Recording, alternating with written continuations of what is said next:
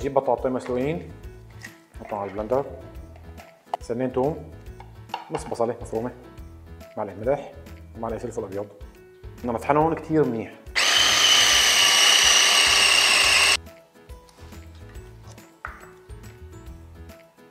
هذا القوام اللي بدنا اياه. هلا نحن عبينا بكيس حلواني بعد ما صارت البطاطا، وعندنا هون شويه كعك او بقسماط مثل ما بيقولوا، بس بنعمل هيك خلصه صغيره بس انه هذا بتقرص. عندي الزيت محمى خالص،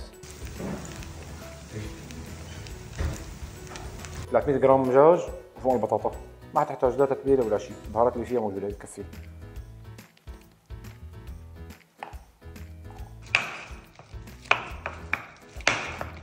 عندي هون كم قصبة بطاطا مقليين، نحن نعمل لكم شوية بروستة أطفال فيهم، يعني دبوس الدجاج لا بيكون فيه لا عظمة ولا شيء.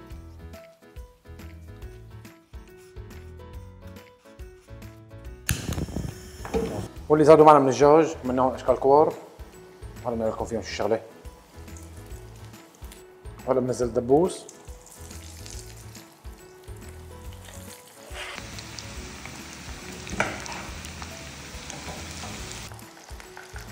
هلا بنشوفها بقى مسكت حالها استوت.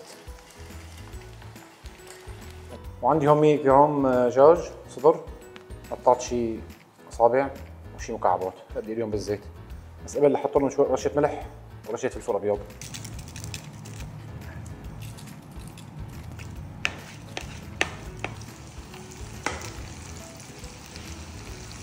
هلا بدنا نشيل الشرحات نحن لما تستوي اسرع من المكعبات.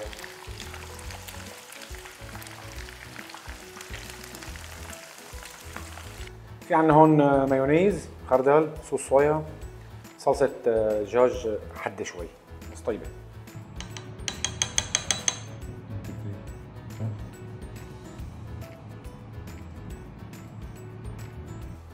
نخلطها مع بعضها. الصويا يمكن شايفينه قليل شوي، خردل نفس الشيء اللي بيحب الحمض. تنتين مثلا.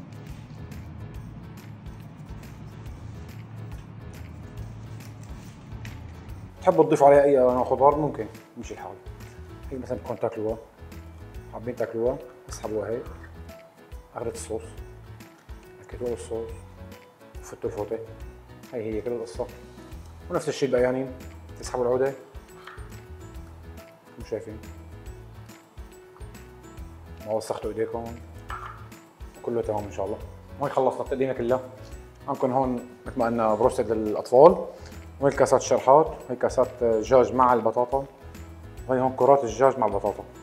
القصه كلياتها كلفت نص كيلو دجاج وثلاث حبات بطاطا وشويه مايونيز، بتصير بالبيت اسهل طريقه، بس بدها شويه طولة بال على هالتقديمه الصينيه.